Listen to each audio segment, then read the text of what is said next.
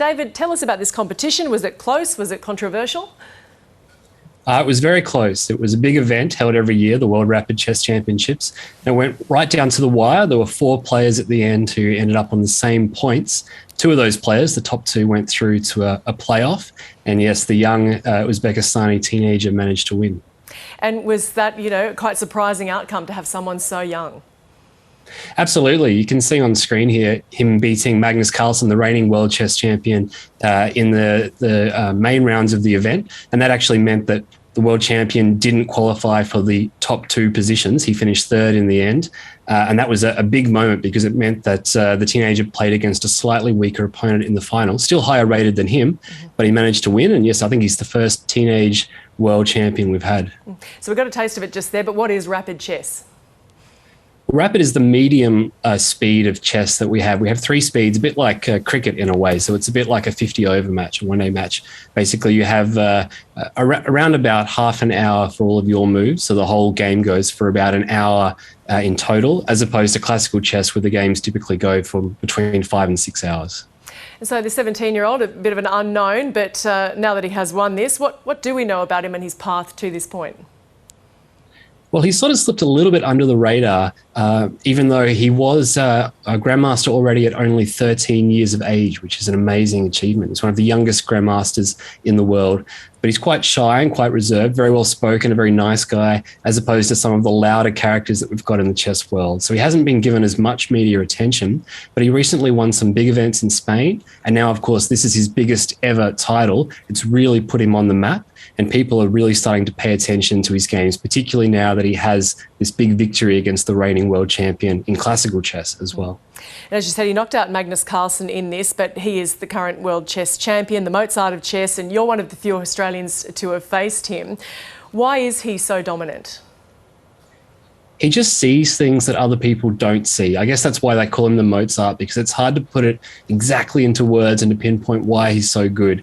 But he sees things at chess that no other human sees in different positions. He sees new ways to create problems all the time for his opponents.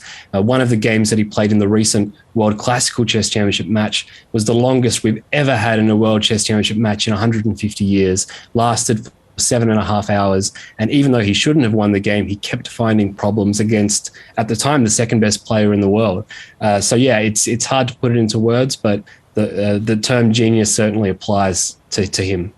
At this level, is there an ideal age? I mean, when do players tend to reach their peak and why?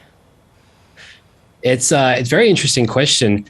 Typically, the top players in the world already became professional at a very young age. Typically, you leave school. You certainly don't go to university, but you'll stop around about grade 10 and already become professional, playing on the circuit as your career. So you have to make a big life choice very young. But what we have noticed is that over the generations, the top players are actually staying at the top for longer. And I think that's because science has shown us that you need to take a lot of care of your physical body as well as your mind. Magnus Carlsen is an incredible athlete, as are all the top players who take a lot of care with their diet, with physical exercise.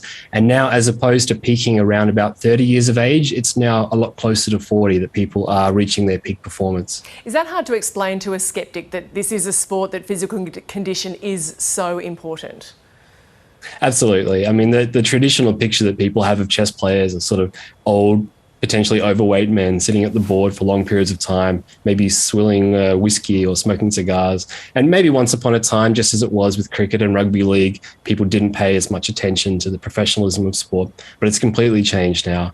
It's a young, fit person's game. You're training continually. Every single day, you're putting in hours and hours at the chessboard, honing your skills. And you actually lose a lot of calories at the board as well. So taking care of your diet and your fitness is incredibly important. The brain is really just another muscle at the end of the day. And certainly there has been so much interest in the mainstream due to the Netflix series The Queen's Gambit. Has that interest been welcomed in the world of hardcore chess?